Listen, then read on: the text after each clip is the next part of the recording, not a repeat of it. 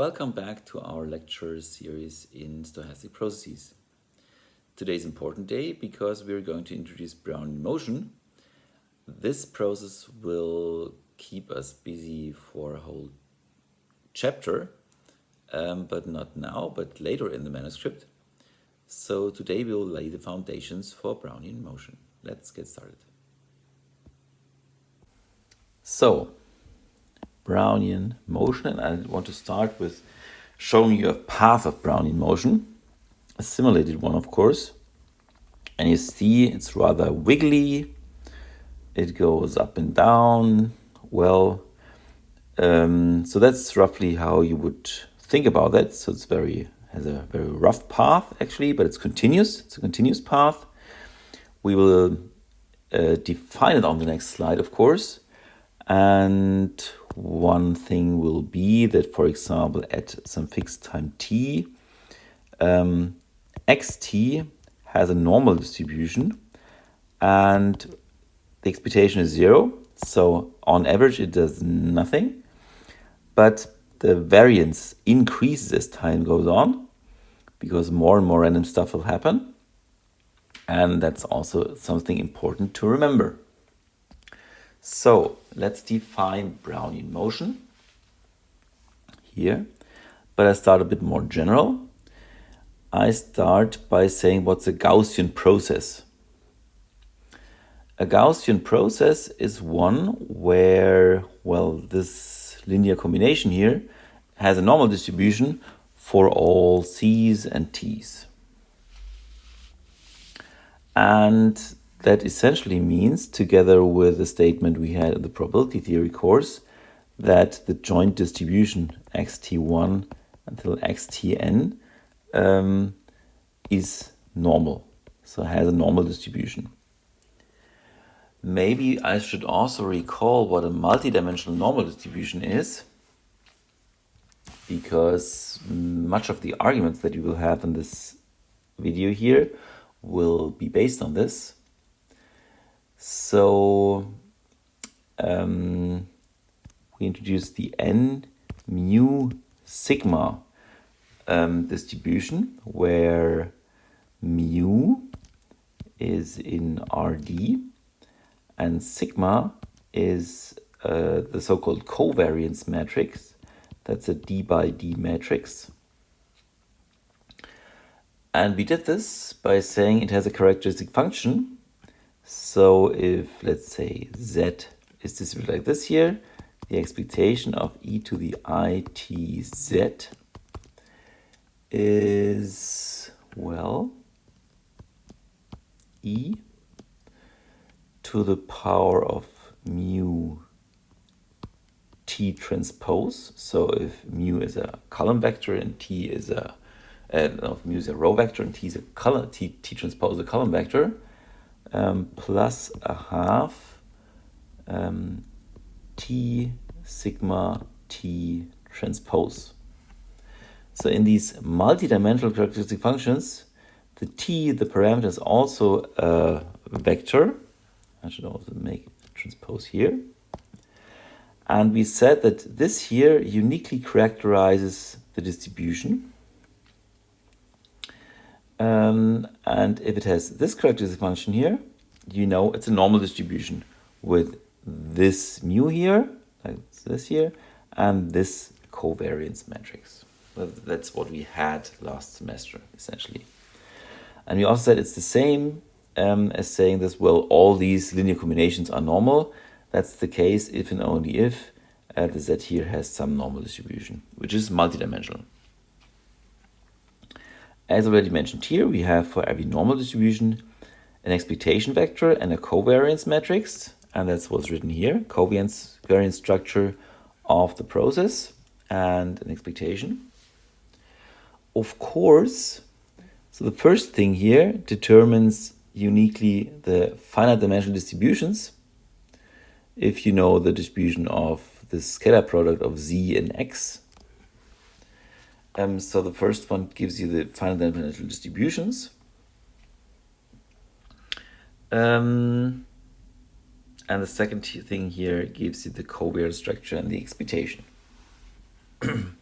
Now let's come to Brownian motion. It is a special Gaussian process. First of all, it has continuous paths. We will have to deal with this in a moment. And the second thing is increments are independent and have this distribution here. And we will again have to see that such a process exists on the next slide, essentially. This existence proof will have two parts.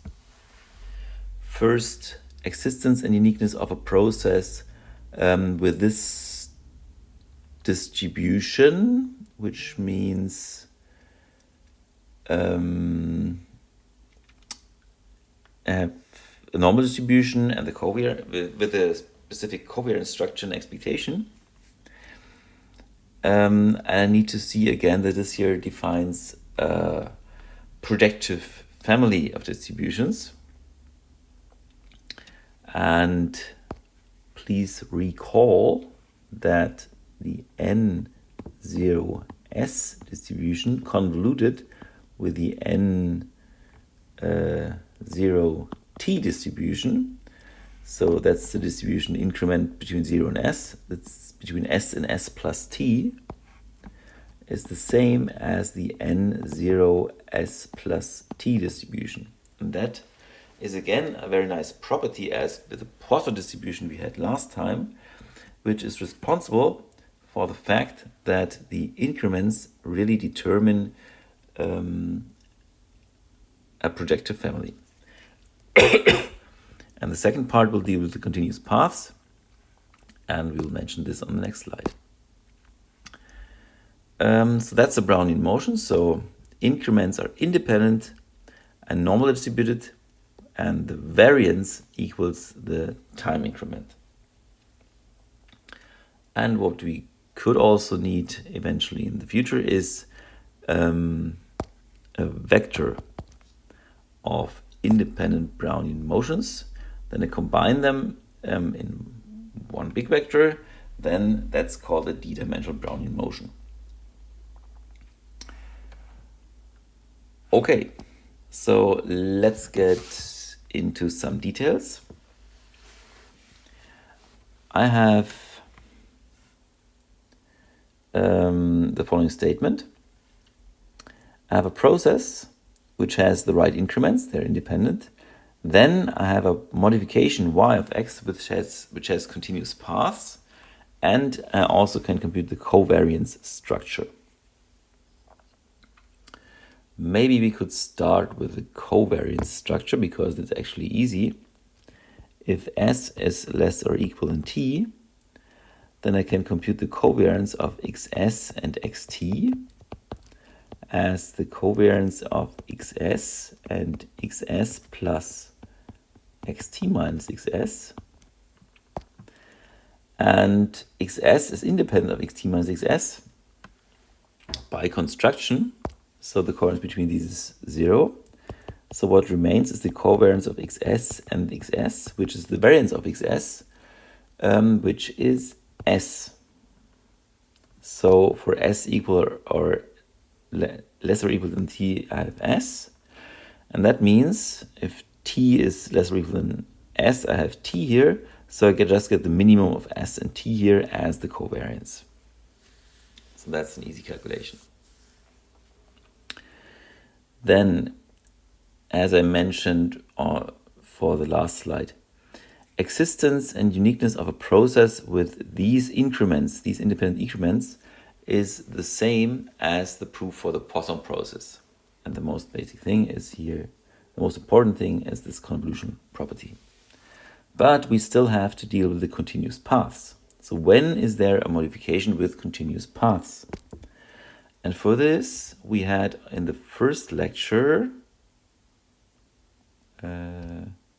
this year, the theorem by Kolmogorov and Shentsov. And it says we have to check something for our process. And then the result is there's a modification with continuous paths, which is exactly what we want here.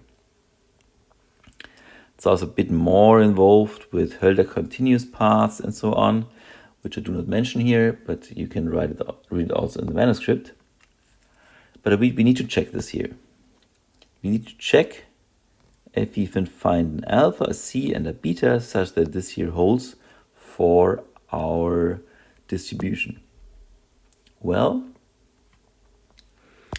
and that is easy once we see that xs is in distribution the same as square root of s times x1 because of another property of the normal distribution. So this has an n0 s distribution, and if you multiply an n01 distribution by square root of s, you also end up having an n0 s distribution.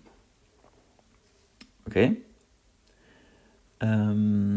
So we have this, and that means we can compute the expectation of xt minus xs to the power of a, and let's just leave a fixed for the moment. That's the same as the expectation of xt minus s to the power of a, which is the same as, well, let's write it differently, t minus s to the power of a half, expectation of x1 to the power of a, and there we have it.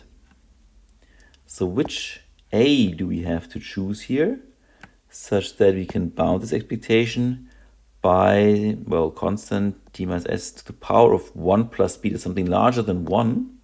For something larger than 1, we need a to be something larger than 2. When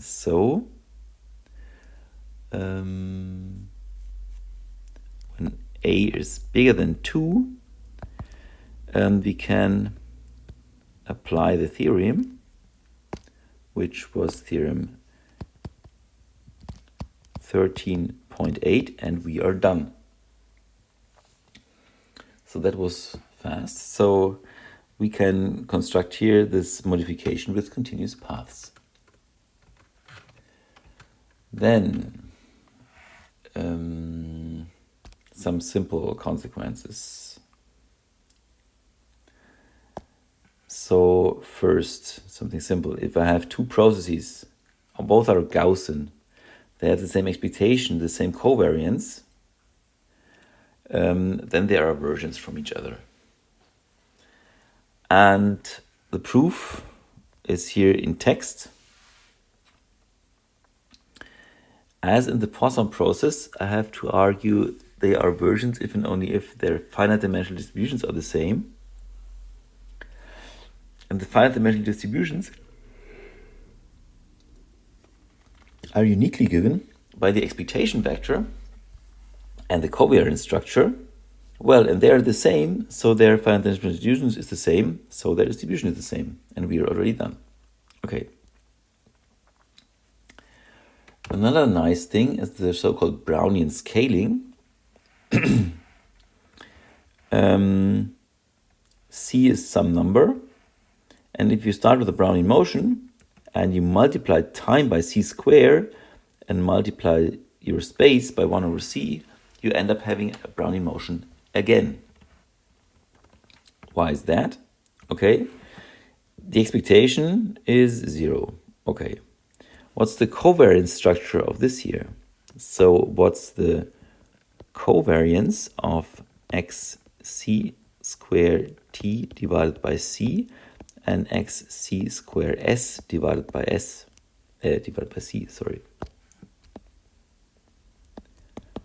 Well, the c goes out of the thing here with a square because I have two factors here.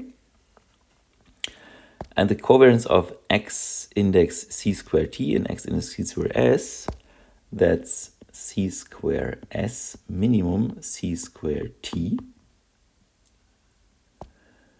And I can pull out the c squared from the minimum.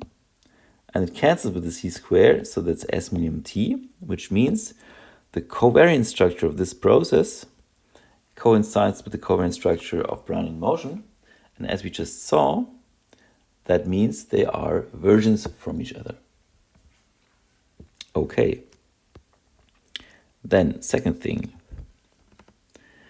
So that's a funny thing here, actually. So when you think about that, you look at your x, well, in reverse time, so to speak. If t is 0, I'm at infinity, and if I'm t equal 1, okay, that's 1 again. But if, for example, t is 2, I'm looking at my x a half, and so on. But you multiply by t. So, well, that should also be a Brownian motion, as it's claimed here. So what's this?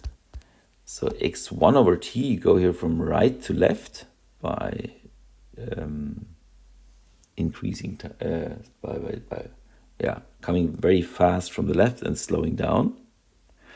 But you multiply by t, which means you multiply by an increasing number. And that's again a Brownian motion. So that's hard to believe, really. But the proof is actually simple again, because all I have to say is, well, the expectation is 0, of course, and the covariance structure, covariance of S, x1 over t, and, x index 1 over S, and t, x index 1 over t, well, I have an S time t, which I can pull out from the covariance. And then I have 1 over S, minimum 1 over t. The S times t I can put into the thing here,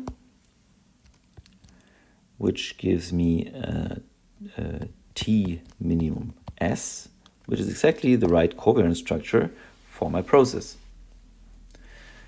What I forgot to say, but which is also true, is that, well, the finite dimensional distributions of this process of tx1 over t, they are again Gaussian. Because, well, it's Gaussian at any point in time, and the linear combinations are Gaussian because the linear combinations of finite dimensional distributions of x itself is also Gaussian. So we know that this process is a Gaussian process, and it has the right covariance structure and the right expectation, so it must be a Brownian motion. Okay, that was Brownian motion for stardust today. And that ends these two examples here, Poisson processes and Brownian motions. And next time we will deal with random times. So hope to see you there.